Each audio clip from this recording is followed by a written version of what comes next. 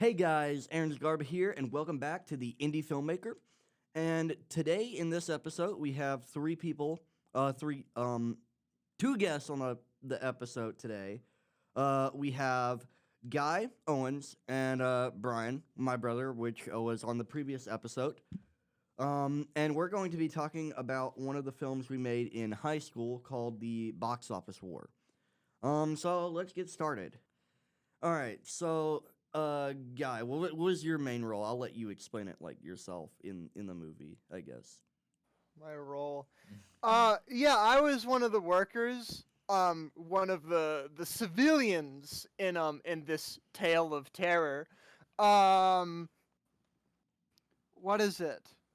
Yeah, so I played a character named Steven I or think so. Steve. Yeah, it's Steve. I can't quite remember. I was Steve. That's gonna date I this. am Was Steve. I was Steve. Steve. So yeah, I was just one of the you and Brian and me were all just like normal workers. I can't remember anyone else's character's name. Bagels. I barely remembered my own. Yeah, I liked bagels at the time. That was like really your into obsession throughout the whole movie. bagels. I need them. I have hobbies. You basically have an entire mental crisis because they I have took away I the have bagels. things I care about. I have hobbies I need to I enjoy. I have a lawn I need to mow. I have things to print. I have things to print. I have hobbies. I have a lawn I need to mow. I have bagels I need to mow and print. I have bagels I need to mow. I have a lawn I need to print. I have what I need to print. That is definitely going in the short clips. That is definitely going in there. No more like real grass. No more AstroTurf. We're just gonna print out green We're gonna paper. Print out paper of grass. Just generic stock image and put it all across your lawn. It's called Earth Free Edition. It's actually funny. For a really long time, my old laptop, or like the longest time, like the Google wallpaper was set to just like a stock image of just grass. And I was really, really picky about what image of grass that I had. It's like, it has to be like the poster child of all images of grass ever. But yeah, my character, was essentially just, a slightly more satirical version of myself. Pretty much. And Aaron was as well. Everybody's character was essentially just a slightly more satirical version of their normal selves. Yeah, that's normally how I write things. I'm an awful writer, which I've said before in the Except other podcast. Joe. Joe was being true to his nature. Joe was 100% 100% true to his nature. He's the entire film, just 100% like. But I generally try to write characters like where their strengths are, and then obviously I write them like to where they're kind of like their personalities, or at least semi-similar. I'm sorry, sir. I don't talk to ugly people. Can you I don't leave, talk sir? to stupid people. No, it was that he doesn't talk to ugly people, but he has posters of stupid people in Oh his yeah, room. that's what it was. Yeah. And then also we got like clips too of like. I guess I'll ask you, what was your funniest moment or like favorite moment while filming it? I guess that you can at least remember, because I know it was a while. Yeah, I ago. don't remember much. The scenes in like, was it like the lunchroom or the break room? Yeah, this is the break room. The scenes in the break room were, I think, my favorite. They seem like they like also just lighting on turned out the best because of the just. I don't know. I feel like I was laughing and stuff a whole lot more, and I couldn't keep it as serious when we were in the cubicle scenes compared to like the break room Yeah, cause like we had the haunted egg, Yeah, and then you also had Daniel just boxes. existing. Daniel's literally, I think, if I'm remembering correctly, Daniel was staring us down the whole time we were filming that. Even if he wasn't in the scene, he was like behind the scenes, right Yeah, behind the Daniel camera. was in character like the whole time.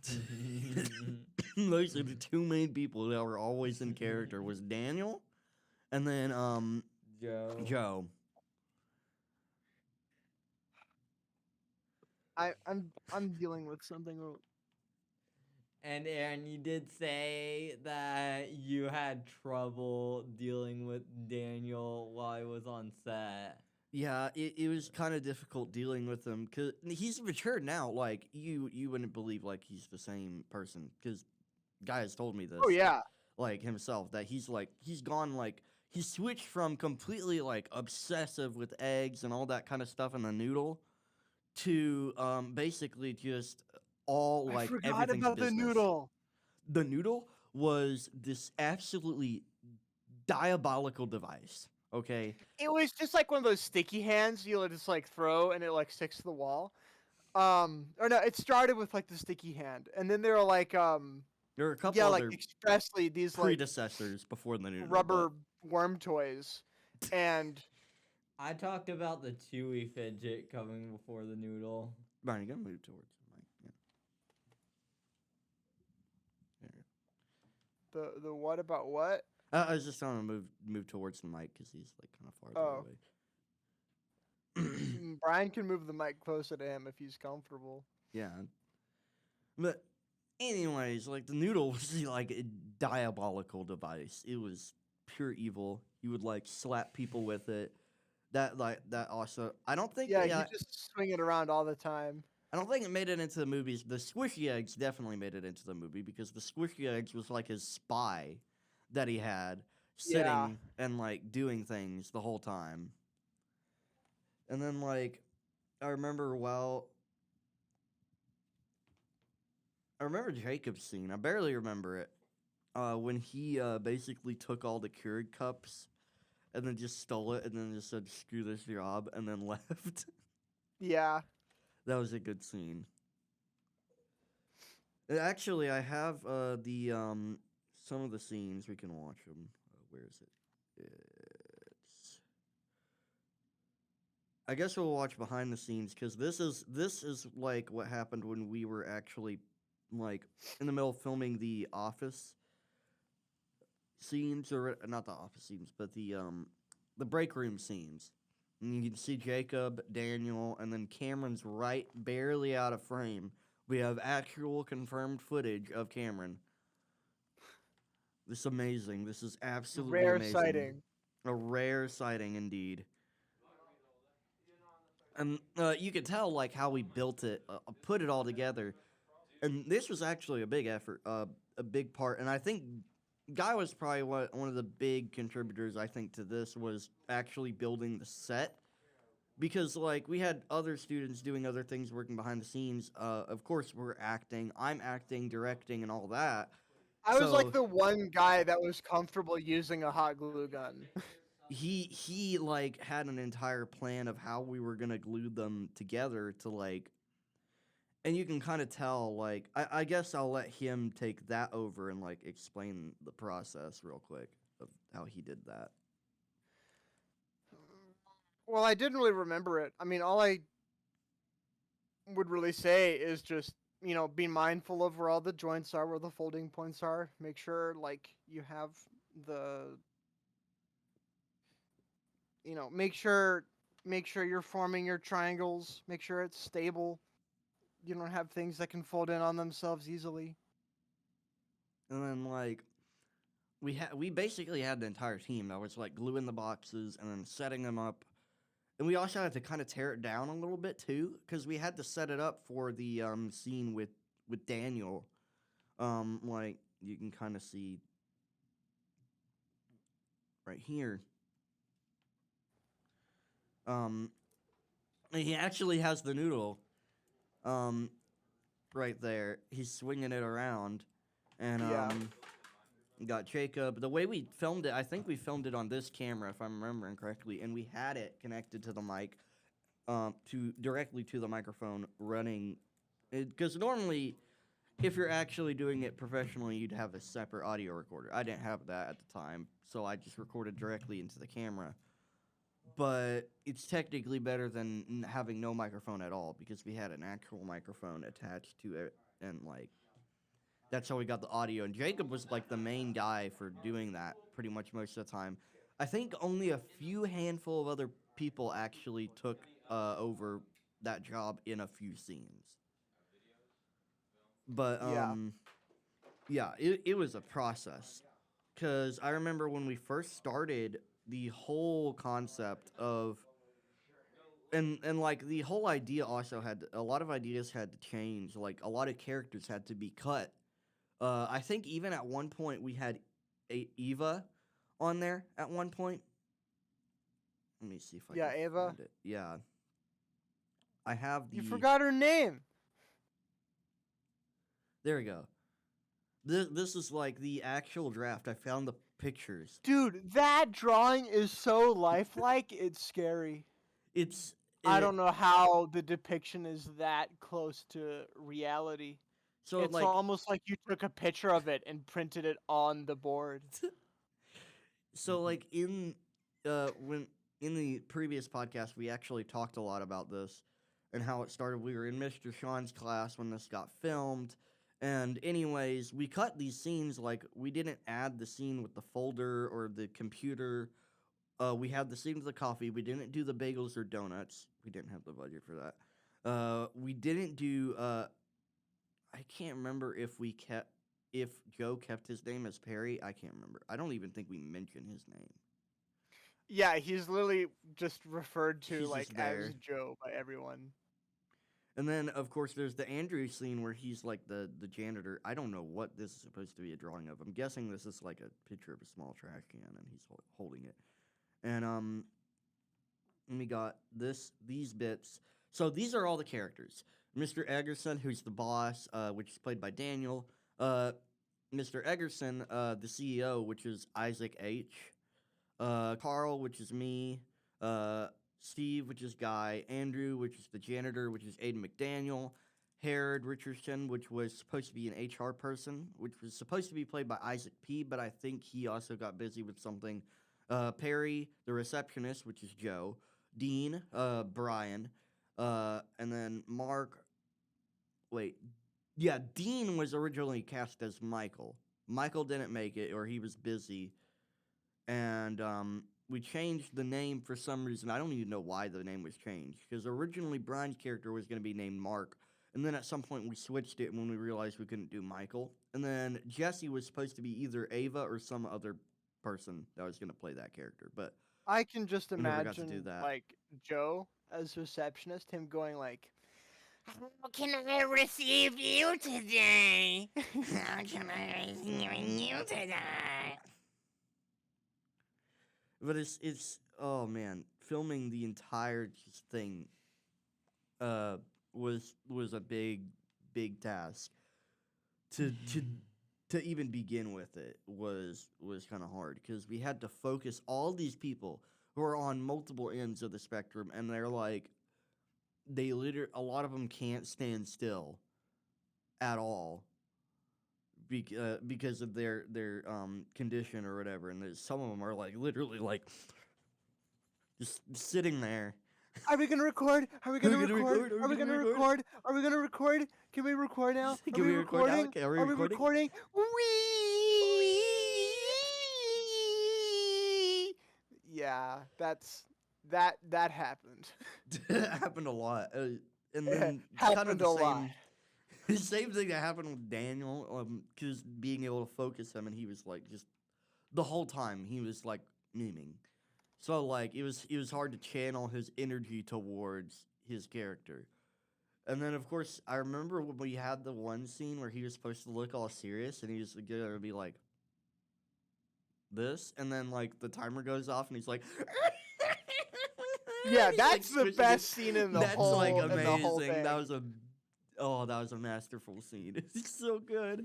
It is so perfect. It's so perfectly aligned and everything. And then it's like he's just like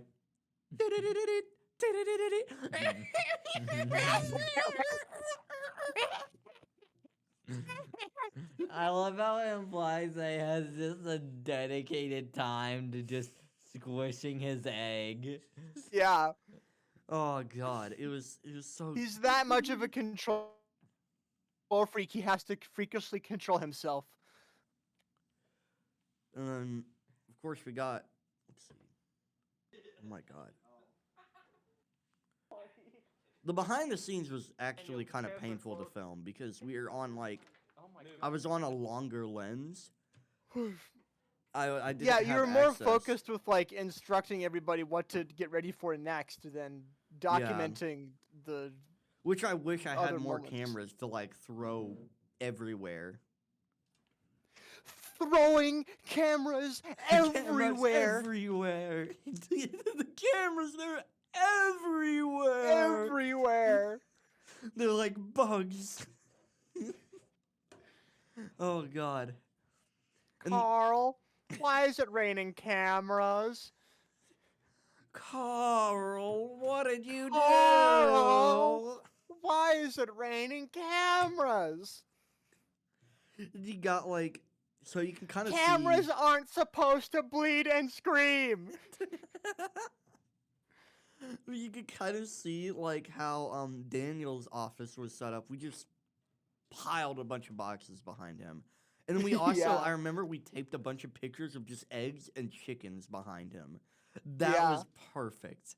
That was actually perfect and beautiful.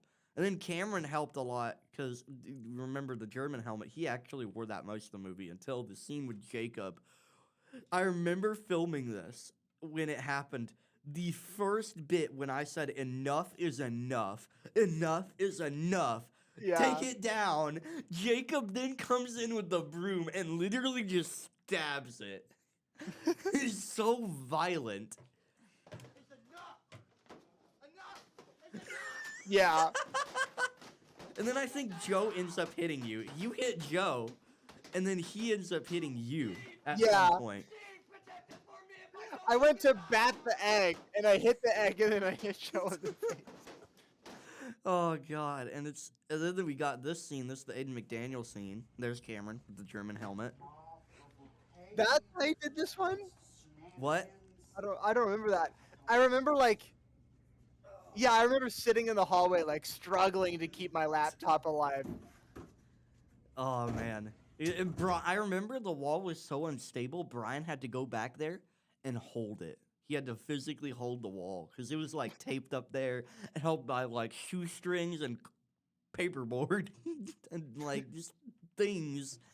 That's and then Brian just had to sit back there the whole time. Oh god. Oh yeah, there you are. There you are. You get you for like 2 frames. Where? Right there. Right there. We can see your scarf. Oh yeah. Yeah. It's just on your laptop. It's barely alive. I Yeah. think that was even before you had your gaming laptop, and it was like it was covered in hot glue and stuff. and Yeah, that's how I it was had the held together. Lysol tape, the The Lysol Lysol. sticker. Oh The my crap god. top. And then yeah, look, Isaac actually is doing the boom op. That thing went down fighting. Man. Was this before I got my Mac? Yes. It was way before. Like I started college when we got the Macs. Well, actually, right before I think we started college. Look, it's a wild Cameron on screen. Look at that. It's a wild Cameron. He's fatter than I remember.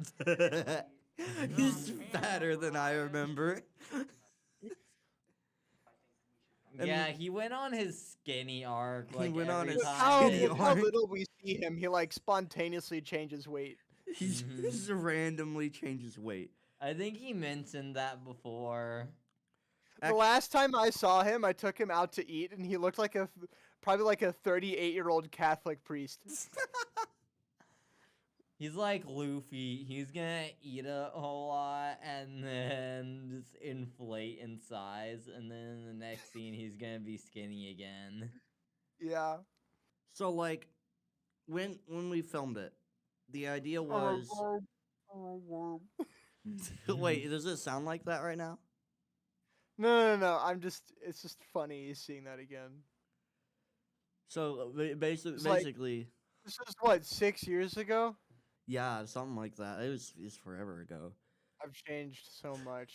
I remember though when we did this, the idea was at the start, you get this scene and it's like a We allow scrolling our scene. employees to customize their Yeah. cubicles as they And then please. And we Customize. literally put the camera on like this like old TV pushcart dolly and then moved it. And the idea is like it's like a commercial for The Office and they're like saying, "Look at this wonderful work environment. It's such a great place." And then this is what we cut to, by the way. So they're talking about the coffee in this bit and then just stay watch. awake while they do it. Oh, paid. Never paid. It's so good because it contrasts with it so well. They try to put this Yeah. image up front that saying, "Look at this great work Nice, environment." relaxing. Ah, never paid. God, I hate this job. Never paid. I hate this But- place. I like how he keeps trying to get the broom to stay. Stay. And then like I can relate to that. Like after like filming it, I was like, yeah, he's just moving stuff around. It's not that big a deal. Then I worked at Kroger, and Then oh my you worked goodness, at Kroger. they put me in like the deli and bakery, and I'd be the one to go take the cardboard boxes out to the baler, and I'd be wheeling this big thing, and nobody cared about the way you were supposed to fill it with cardboard. It's like you take a turn at like 0.1 miles an hour, and all the cardboard will slide out everywhere. And then the customer's like, I'm trying to walk here. And you got to deal with it. And it's just a hassle. And then, like, all the stuff on the shelf and the cardboard sticking out, and it catches on something on the shelf, and then it pulls everything out, and it's a nightmare. And then by the time you get to the baler machine, I'm sick of things. I'm working with the people I don't want to work with, in an environment I don't want to work with. The cardboard is being a mess. And I just like start violently punching the cardboard into the baler. Even if the cardboard was in the baler sometimes, I just start punching the hell out of the cardboard in the baler. And like, I'd like mess up my knuckles sometimes. Like I was pissed. Like I would be so pissed at this cardboard. And, then I'd press the button and then I'd go walk away. Oh my goodness. It's like, yeah, a broom not standing up, yes. A broom not standing up will hurt you that much. Everything will find a way to hurt you in a grocery store. Guy, can you explain why you shouldn't put the carry items inside the shopping cart? The thing is, you don't have time for that. Oh my God. I'm sorry, folks, but we don't have enough time for that. That will take that right there will take probably like 2 hours and 30 Okay, minutes. I'll summarize here. I'll summarize. Okay. The shopping cart. Okay, the customers are inherently sinful beings. The shopping cart is called to the role of bearing these sins, but as a holy creature, it must not do this. The shopping cart offers itself to servitude, but a righteous person does not subject it to the sins. So, and I'm summarizing here. There's a whole like church system, and the righteous user, and how you get in and out of hell and whatnot. And also in heaven. entering into a state of nirvana, but yeah. Yeah, entering a state of nirvana. All of that's related to this. But a righteous shopper does not use the shopping cart. A righteous shopper that understands the role that it is their sins to carry, must not burden the shopping cart. It is their task to use the bag, because bags don't have souls, unlike the shopping carts. So you put your things in the bags, or the little basket. where was I? Yeah, the basket. If you must, you can use if you have to, like if you insist on using a shopping cart. If you do, you must return it to the inside of the store, not the outside of the store, the inside of the store. Because the outside of the store is where demons like to lurk, and they will the shopping carts being in holy creatures are vulnerable to those demons. Anyway, So you see why we had him on the show and also for the movie, because his character that he was basically that the entire time. I remember one scene when we were talking about we're gonna revolt in the snack room or whatever, and like he was saying, like at the very last scene before we cut it off, he says we could use paper throwing ninja stars. Not I remember that. not paper ninja throwing stars, but paper throwing ninja stars. Paper throwing ninja stars.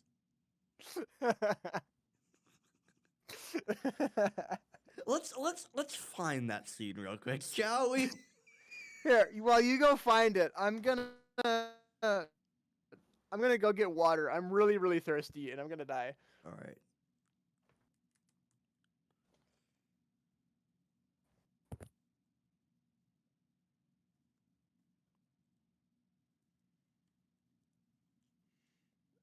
Took the bagels? Yeah, I took the bagels.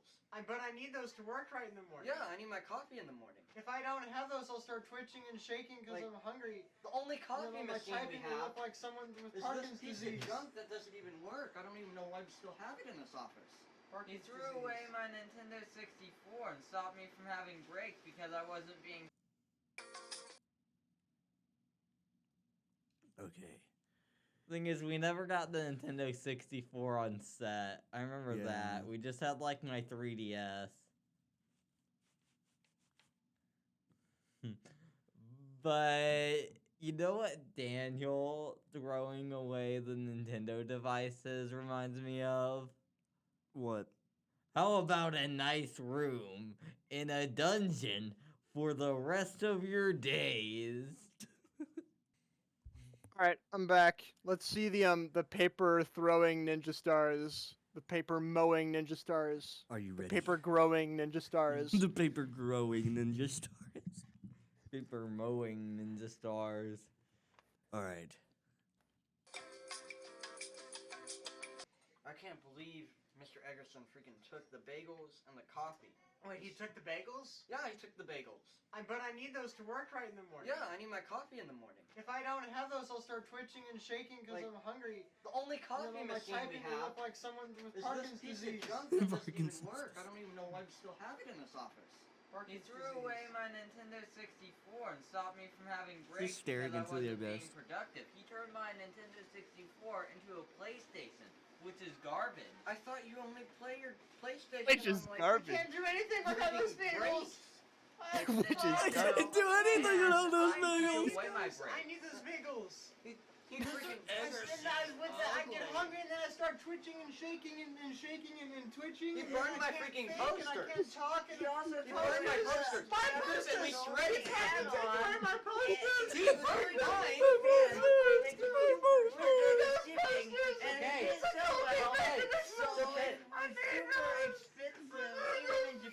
You know what? I'm gonna start a dang revolution if this keeps going on. I'm gonna start a revolution. If this Let's keeps do going it. on, I'm starting a revolution. It might be the only way. What do you think, Steve?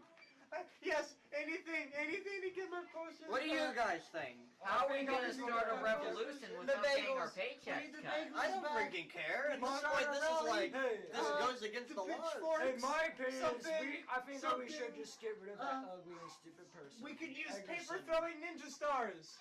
Dear Dear J- employees, I must announce that We we could will be use short. paper throwing ninja Did you stars. hear Joe said I'm not quite sure what he said, but I think he said, I think we should just get rid of the stupid person. I think it's get rid of the stupid person.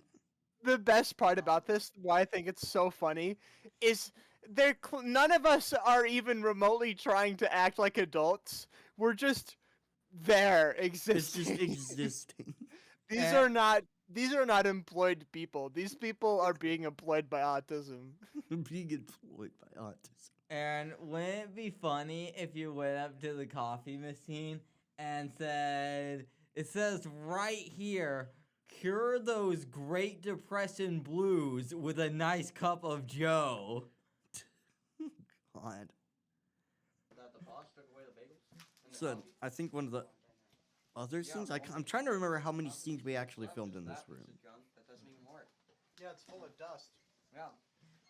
Probably asbestos. Narco took away this guy's games. He threw it in the trash.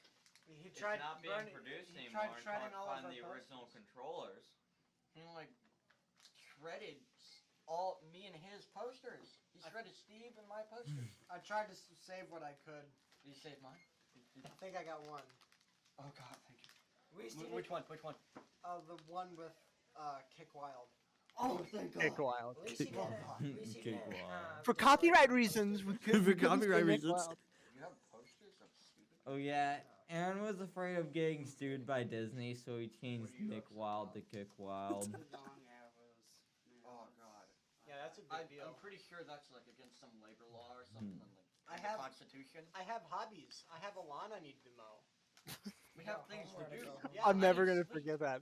I have Yeah, hobbies. social I have a lawn I need to Helps, mow. But like, for God's sake, I need sleep. He got games to I have play. things to print. I have things to print. If this keeps going on, I actually didn't tell you about this. You weren't here. But we have- basically, Aiden McDaniel's there. He's like the janitor, and of course he wasn't there for when we actually, because the original plan was he was going to partake in the revolution, in the big battle, where we just burned down the office, the great battle of the box office. And then, of course, what we did is he was busy doing the play that the school was doing. And then what we decided is, okay, we're going to change the script a little bit. And then basically what we did is we decided, okay, you know what? What he's doing, instead of being at the revolution, he's going to be in the bathroom. And he's going to be stuck in the bathroom. He runs out of toilet paper. And then Joe is somehow magically also in two places at once for some reason. So he, like, literally just, like, Aiden McDaniel literally says, if I'm remembering the lines correctly, he basically says, "Oh, I was to join the revolution," and then he's like, "Oh no, I'm out of toilet paper, Yeah. help!" And then Help. Joe literally answers like this: "Who's there? Oh, You want I'm my out of toilet paper? And then like chucks it over the, You want my the toilet tall paper?" wall. Just He's throws like, it. "Ah." Also, that in that scene, I remember Joe knocked over Cameron's glasses onto the floor, and Cameron was so Oh. mad. He was so angry when that happened. He was so unbelievably mad. He told us about it afterwards of how angry he was. I remember he was so mad at Joe specifically, but I think he just had it at that point. It was just so funny. So, if I'm being honest, I was a little disappointed with my character in the movie. Dude, you said like the funniest thing ever. You said, he turned my Nintendo 64 into a PlayStation, which is garbage. It would have Which been a is little garbage. funnier if I said if he turned my Nintendo 64 into a 3DO or Atari Jaguar, because those are actually bad. Oh God, it's just so good. And then if we keep, let me find more clips, because there's a lot. There's so much. Discussion earlier that we might consider. This is the scene with Daniel.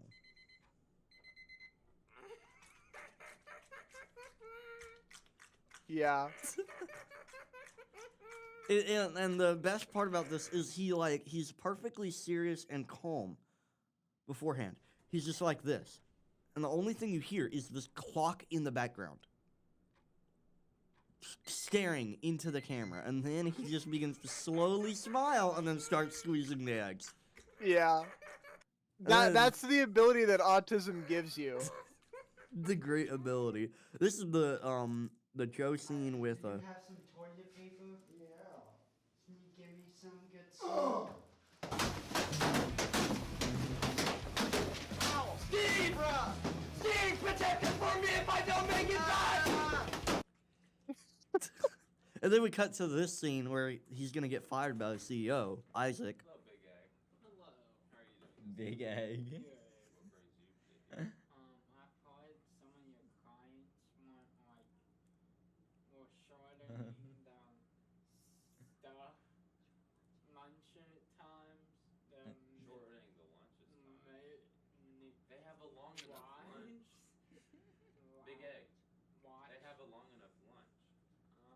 I need to shorten it. They weren't working long enough. They were working. I remember standing there in the debris, just looking on at this. Oh my Thinking, gosh, "This I is remember it. this. I remember This this. is it. Look at this. That's actually a character Miss Lloyd had printed up. Look at that in the background. So we can get work done.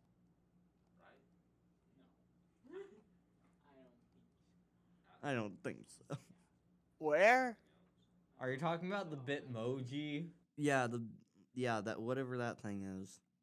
Honestly, remember when icons were banned from the not Oh, Zoom, yeah. but it was The Google calls. Google Hangout. Yeah, the Google calls. Oh yeah. It was because one student had freaking, was it Lizzo? I think it was Lizzo in very inappropriate clothing. Mm-hmm. minor. Yeah, it was minor. Oh yeah. Yeah. And then they said, but you can use You Bitmoji. can't use Bitmoji. These like really crappy looking pieces of absolute no. garbage that look so ugly. All I of the- remember our icons were so great. I remember one of the icons was literally one of y'all playing Phasmophobia, glitching through the what is it called? The door? The door or whatever. Your face Yeah. is glitching. It's horrifying. It is so It good. was, what? Oh, was it me standing inside the locker? Yes. My face like facing through the wall. Yeah.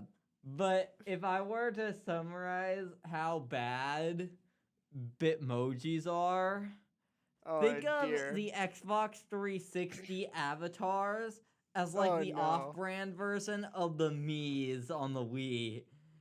So now you have that and let's go down a few more tiers. I don't know what those other tiers would be, but the Bitmoji version would be like the off-brand of the off-brand of the off-brand of the off-brand of the off-brand. It's really down there. Oh god. So like Imagine like any like crayon drawing of a person, but just turned into vector graphics.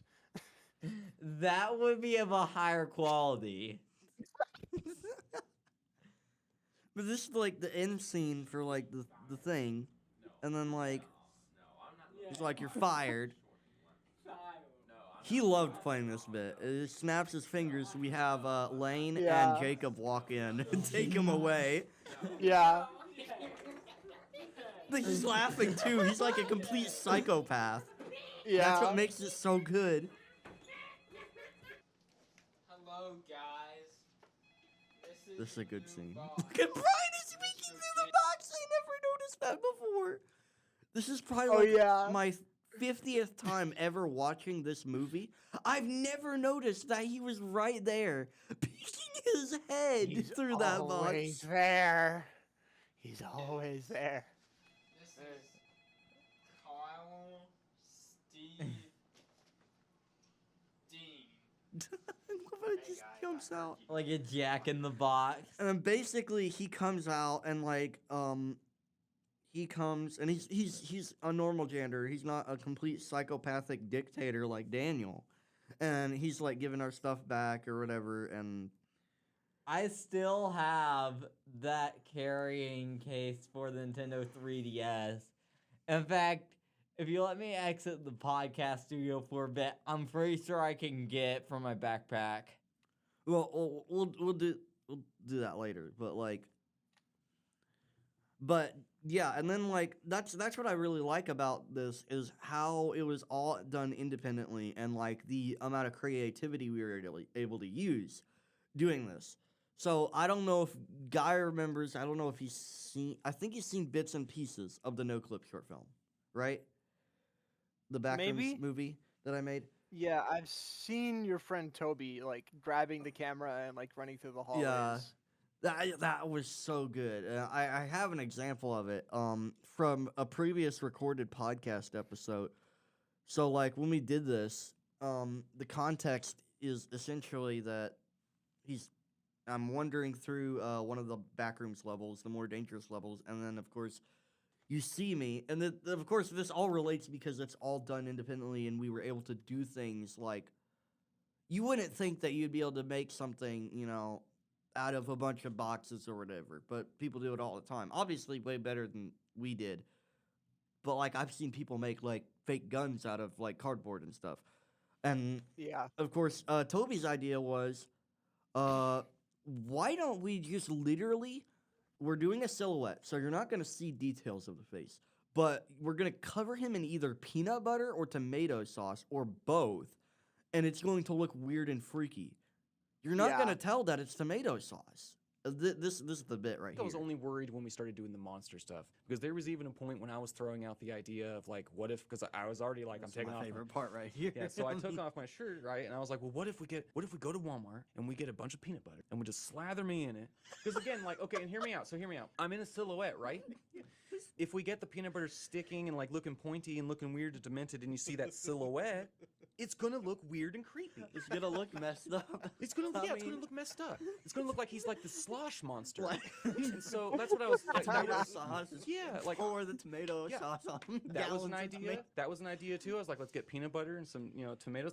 We didn't do this, but it was an idea, and it was because I was like, because it's a silhouette. The imagery is just enough to get me going. Yeah, I know. But and we laughed about it for a while whenever I was presenting this. But I was like, think about it though. Like it would be effective in the context that I'm a silhouette. I think I was only worried when we started doing the monster stuff. God. Because there was even a point when I was throwing out. I don't know why it. And I think wasn't there a point where eventually I was just like, all right, to make it look like I'm not wearing like human cloth. You're I wanna definitely look gonna really have a demented clip and of me try to be as talking about creepy how as the this shopping cart is a unhinged and spiritual my favorite entity. part. Right? I took Oh, my yeah. shirt off. So when we did that, I had my shirt off. So all she saw was this dude with a big heavy camera running away from this shirtless guy with like long hair that's chasing after him in this hallway, screaming like a little girl. Like that's what I hope that was the best part of her day. And I think, Oh, wasn't there a God. point Why is where it- eventually I was just like, all right, to make it. We were filming me just screaming a bunch in a hallway and chasing after him with the camera. Yeah. And so it's all like in first person essentially. You for should have him, brought but him I'm onto at the end the of the hallway, podcast. and I'm looking all twisted He's and been freaky. so busy Like, even though. my feet I look need like to they're bring him on an lame, and I'm episode where just you screaming two at him. can Out of talk context, this sounds hilarious. Oh, and yeah, discuss absolutely. And things. what was even funnier was there was a lot of teachers and advisors and students that were walking by that we'd have to like we'd have to warn them, hey, we're gonna be screaming and running through the hallway. It's gonna look it's gonna be weird. Yeah. But there was one person I remember that walked by, like they were leaving, because there was these two interconnected hallways, and they were leaving to go the other way, and we weren't there, but we were definitely running in that direction. And basically, all she saw, or all she heard at first was the that scream, and then him running with the camera after her, and then me chasing after him. I think I've told you about how this scene was shot, but like basically, we do multiple takes of this, and I come around this hallway, and Yeah. This is like he's like standing there at the end of the hallway. and of course you're seeing it as a silhouette, so you're not seeing like all the details. And of course, it's even better under the context that it could have been done with tomato sauce, just covered with Yeah. tomato sauce. And that the main reason I didn't do it was mainly because I was afraid we were gonna get in trouble. And Yeah. basically, I can definitely see like a shirtless guy covered in tomato sauce running through a dark Oh, hallway, yeah. screaming at the top of his lungs. Yeah. you just come across, you see that, and it looks like this demon creature, and we blurred it out too to make it even look more like weird and creepy. And then he just goes, and then just starts chasing after me. So this woman's just walking down trying to leave the building. And I think she actually worked there. And the next thing she sees is me running down this massive heavy camera, running down the hallway. And then the next thing she sees after that is Toby with this big long hair, completely shirtless, only in overalls, running after me. And it was so good. It was so good. Oh my God. That was such a good idea. And another idea he actually had that was actually really genius was there's a creature in the back rooms called a smiler.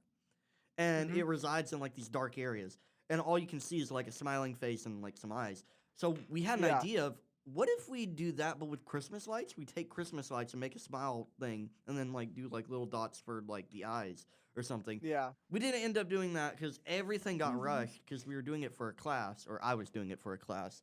So I had to rush everything, and I didn't get to do it to the extent, which hopefully soon. I found a really cool place actually, which you might be wanting to film at if we can ever find availability where both my time and your time work well together. There's a Coca-Cola bottling company that's abandoned. It's a building, and it's a big building. It also used to be an old church and an apartment complex. And my All of professor- those things would be great abandoned places, but now you're saying they've been combined into one.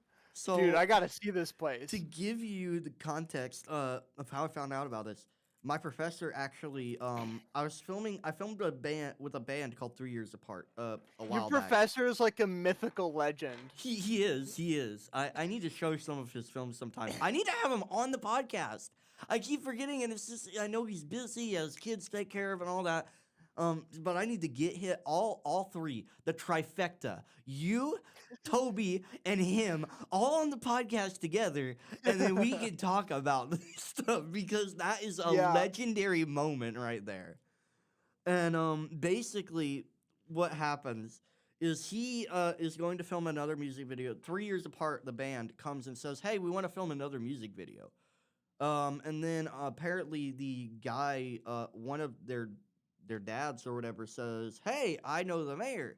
I can get in contact with him and he can unlock the building." They do that. They film it. And then Mr. Floyd, when I come to work this Monday of this week, I came in and he showed me, "Hey, look at this really cool place we got to film at." And I was absolutely baffled. I was amazed. I only got to see a few scenes because they only had like a little bit, and I think he was losing some footage. I think he lost an SD card.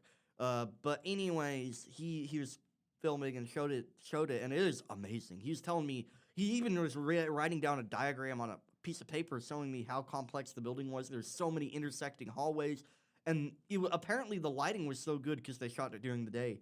They barely had to use lights because the natural light coming in was actually really good, and which is crazy to think about, because normally in a movie you have to always bring these massive, stupid lights and carry them everywhere, and they're big hassle. But yeah, Speaking of that lighting, was let me amazing. adjust my little cardboard piece.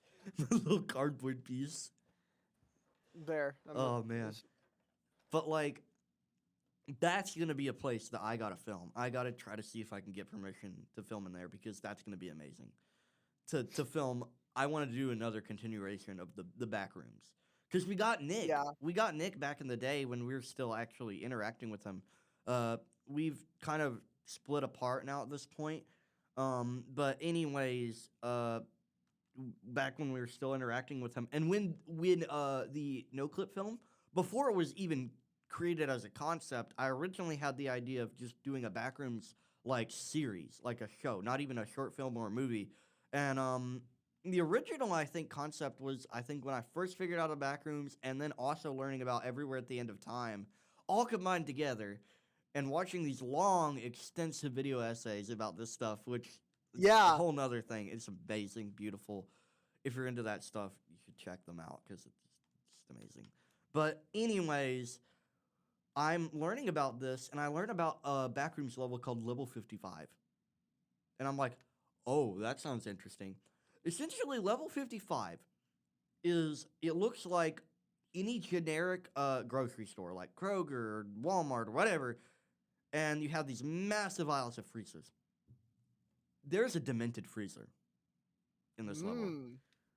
And it's like this red freezer, and if you get close to it, if I'm remembering correctly, it like literally grab you and just try to kill you or whatever, and just, yeah, it's terrifying.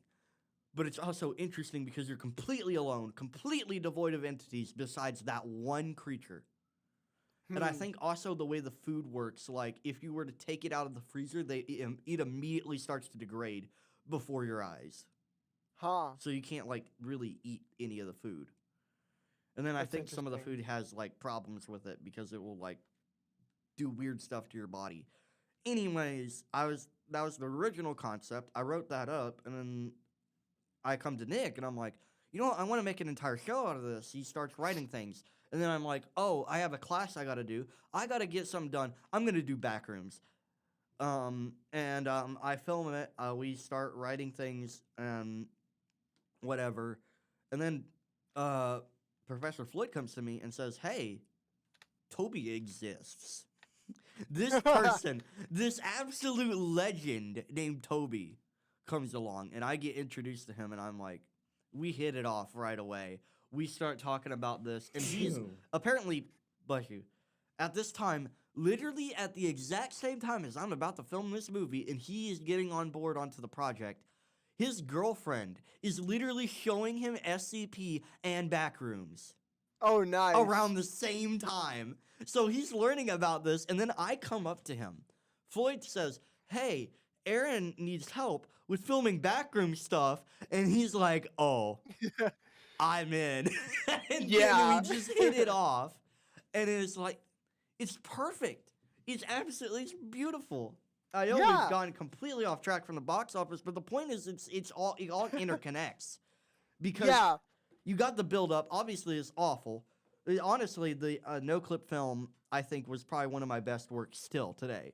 When it comes to like the amount of actual like people we got, I think the box office war was the best because of the amount of people I was able to kind of control, to an extent control, but the amount of people we had to organize and guide basically, and then of course we had to teach everybody how to use the equipment. I had to teach everyone all by myself.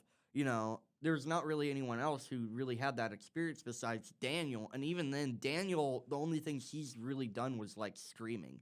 He's never shot a film before. And the whole process and everything was just amazing. And of course, we had Mr. Sean. He helped a lot with the storyboarding and coming up with the concept. Mr. Sean, Mr. Sean is like the best teacher. Mr. Sean was a living legend. And Mr. Farmer. I love Mr. Farmer. Yeah, Mr. Farmer. And all the teachers kind of helped us corral the children into focusing their energy. We spent probably multiple hours during the day working on this thing. And we were also waiting because, like, the parents, like at the end of the day, because it's a private school, they come in and park out the outside of the school and, like, wait to pick kids up. And, anyways, so we're making sure we do that before that happens. We're filming these scenes before that happens, before all the parents are ready to pick them up. Luckily, Guy's mom actually worked there, so we had extra time if we needed to film something with him. But we normally had, at least in most of the scenes, we had Joe and a lot of the other cast all together in one scene. Besides Daniel. Daniel's main thing was like walking up to people, squishing the egg in their face, and then walking away. That's what he did. He would just death stare you and like doing your work. You better be. But that's basically kind of what happened, and it is so amazing. And then I hope to get Guy on another project eventually, because it's just how his mind works and how he can truly like. Because he has the energy. A lot of people don't have that energy to be able to deliver the lines the way Guy does, or the way Toby does too. The way Toby did it was a little different, It's maybe the not autism. not as spastic. I actually don't know if he has autism or not. I would not be surprised. Pretty much all my friends have either autism, ADHD, or whatever. Anyways, though, like he did it where he just absolutely, just completely lost it, and his hair like absolutely helps perfectly with that. Yeah. It just makes him look like he's been in here for so long in this place, and like, oh my gosh, it was just so perfect the way I cut it and edited it. I really enjoyed it. And then of course when we were doing the monster scene, we dubbed it over because we didn't want the sound of Okay, speaking of gnarly hair, you have to tell if you can somehow convince Cameron to be in one of your things, you're also gonna have to convince him not to shave because Oh he has some yeah. insane facial hair. It's crazy. I don't know if you seen his beard. Yes. His beard is insane. His beard is like his It's beard is kind of just built funny that he different. keeps a beard even though he says he hates beards so much. Yeah, I'm telling you, when I saw him, he looked like a 38-year-old Catholic priest. But like, oh my gosh, it's the way these projects are done, and then the what I talked about in the last episode was building up, and a lot of people think that they can just like they have to actually make a movie, they have to spend a lot of money on it, like Hollywood. Well, guess where Hollywood's at right You now? just have to do it. Yeah, you have to go out and do it. Because guess where Hollywood's at right now? They have billions of dollars and they make absolute garbage, okay? They used to make stuff back in the day that was actually good, like the original trilogy and stuff like that, and like Indiana Jones. Indiana Jones. You got like all the different Wes Anderson movies. Those kind of came a little later, not really in the 70s, the golden age of cinema. But like you got a lot of these new things that are coming out, and all these new young filmmakers coming out with all these new ideas. Was The And- Godfather Hollywood? Yeah, Godfather was Hollywood. Godfather, yeah, with the Prince of Darkness. So to give you context, Guy, the actual cinematographer on The Godfather, he was actually literally nicknamed the Prince of Darkness. Oh, really? I did not know that. And I think you could tell why. 'Cause the way the lighting worked in that movie was absolutely gorgeous. And then, Yeah. of course, over time, basically, you get these raccoon eyes to basically represent he's getting deeper into the family business of the mafia and stuff. And his eyes slowly get darker as the film continues to go on, representing he's becoming more evil. Which Yeah. I love this. And my professor's friend, he actually got stuck in the trap of, if I'm gonna make a movie, I have to have thousands of dollars to throw at the wall, or else I cannot make this project. And he's probably had his own really crappy projects, like the box office or whatever, and then all these other subsequent projects like I've had with the Project Mindscape and all that kind of stuff.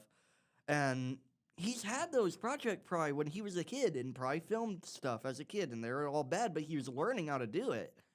And then at some point, he just decided to completely give up because he thought he had to have thousands of dollars to throw at the wall.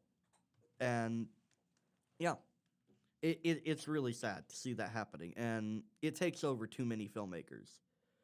And that's one thing you can't let take over you. You just got to get out and start filming things.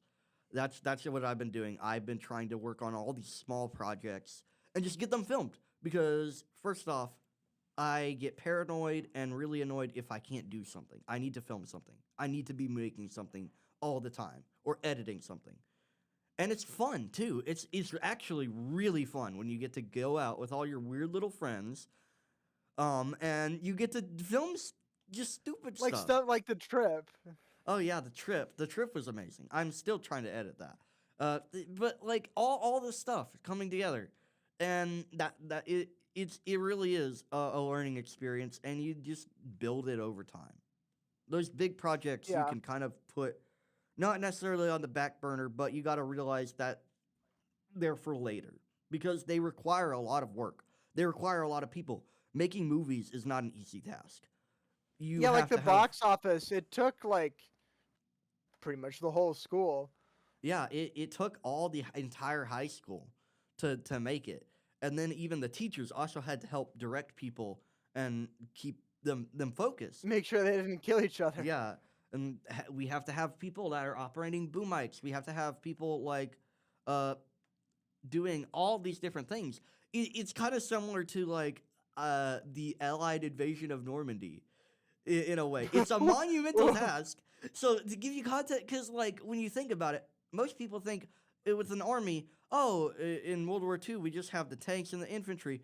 No, you have medical personnel. You have people preparing the food. You have people repairing the vehicles. You have all these different things all coming together. And it's the same thing with a movie. You have all of these people coming together doing all these different tasks. Like on a big set, you have the crafty. You have people that are preparing the food for when they actually go on break and eat. You have people that are cleaning equipment. You have people that are specifically tasked to touch the cameras, and no one else on set is allowed to touch the cameras except these few set people because they know how to operate the camera. They know how to completely tear it down. They could literally, they're just like the Marines. They could probably take the camera apart bit by bit and then put it back together with their eyes closed. And like, then you got the boom operators, you got the audio people, you got the editors, and it's such a big task. And that's something you got to learn. Is these things take time. Obviously, with smaller projects, you have less and less of that, and it doesn't require as much. But the bigger the film, the more people you're going to need to operate this beast known as video production. But yeah, it really is fun, and the writing process and being able to like get your friends together and just get a whiteboard and write down ideas. I don't care if it's an alien film or whatever. Just start writing ideas down. Get your friends together and vote on ideas. And, like, just start saying, hey, what if we do this? And just try it out, experiment. And that I think that's very important. Which, hopefully soon, Guy, we will be able to actually do a project soon. If Starbucks allows my soul to escape. But, yeah, we do stuff, or at least we try to do stuff as much as possible and try to film all these small little projects because they're really fun and they give us experience and they give me also something to show later in life about basically as a reel to show to people saying, hey, these are all the different things I've worked on and you can see my progression over the years. Yeah. But I guess, is there anything else you want to say specifically? Because I feel like I've talked a little too much. Or Brian? No. I was gonna ask Brian. What was your favorite part about the box office, if you remember? Oh yeah. My favorite part. Like, my favorite part of working on it or my favorite part of the movie? Either. I really like your line about the PlayStation is trash, even though I really like PlayStation.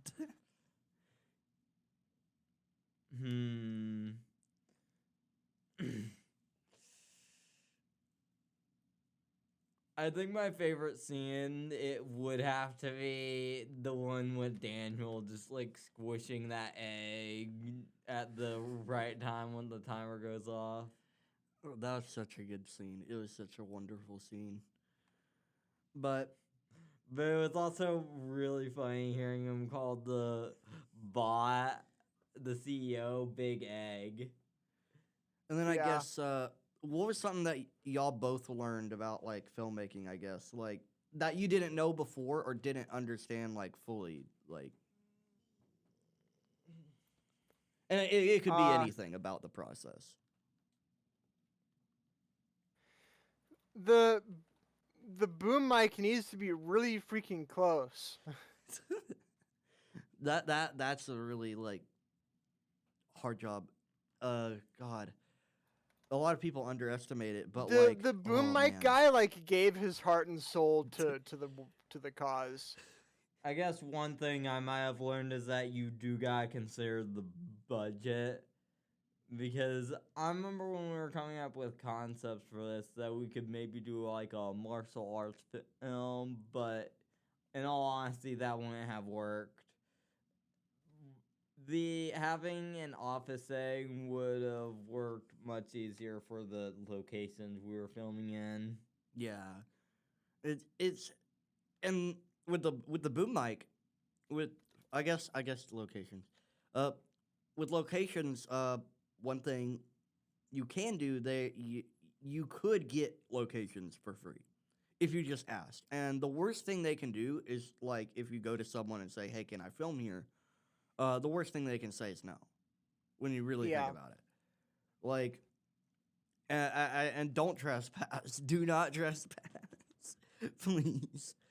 But and then of course you could get them to sign like a location release form to make sure you like have it written down somewhere that hey, you're allowing me to film here, and you can't just say Yeah. hey, I'm gonna call the police on you, even though I just signed this thing saying that you can film here. And then of course the officers can look at that and they can be like, hey, hold on, it looks like he's signed that. Hey, you're in the wrong, and you guys are fine. And of course, guy's answer was like, boom operator Jacob was dying. I remember it. I remember specifically Jacob standing there, on the scenes with him in the where we were filming the cubicles, and we were had me, Guy, and Brian, and all of us talking, and he's standing there going like. He's just breathing heavily because he's just dying. Yeah, I have to keep it like just barely a micrometer out of frame because you really want it as close as humanly possible. But yeah, hopefully you guys enjoyed this episode of the podcast and it was interesting. I really enjoyed talking about it and having Guy on the podcast talking about all the crazy stuff that we got to do. And then Brian on the podcast, even though he kind of reiterated some of the same things, he also had some new questions that he got to answer. And yeah, please like, subscribe, and we will see you next time.